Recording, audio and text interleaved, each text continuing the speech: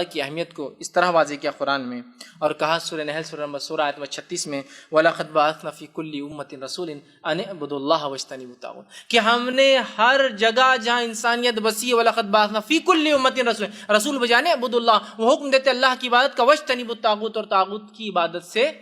روکتے، أَنِ اعْبُدُوا اللَّهَ، اللہ کی عبادت۔ تو گویا توحید العبادہ اتنی اہم ہے کہ اللہ نے سارے انبیاء کو توحید العبادہ کی دعوت دینے ہی بھیجا ہے، کیونکہ باقی چیزوں میں تو لوگ مانتے ہیں، گرے ہوئے سے گرے ہوا انسان ہی مانتا کوئی بنانے والا ہے، تو رب کا تو قائل ہے، توحید الربوبیہ آ گئی۔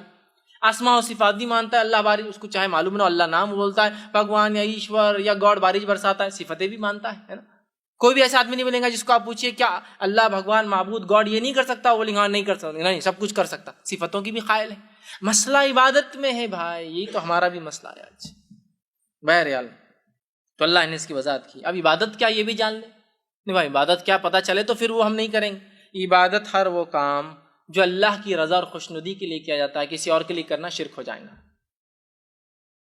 اللہ علیہ جب زندگی بھر کے کیا کام ہے، جو ہے مشکل آواز دینا، مصیبت میں پکارنا، اولاد مانگنا، زندگی مانگنا، شفا مانگنا، سمجھ رہا بات کو، تمام چیزیں، کامیابی مانگنا، فتح مانگنا، سب کس سے مانگی جائیں گی؟ یہ عبادت ہے، دعا عبادت ہے، تو ظاہر سی بات ہے یہ اللہ ہوگا، تمام چیزیں اللہ سے کی جائیں گی ادر کے، اس بات کو ہم سمجھیں۔ اب آئیے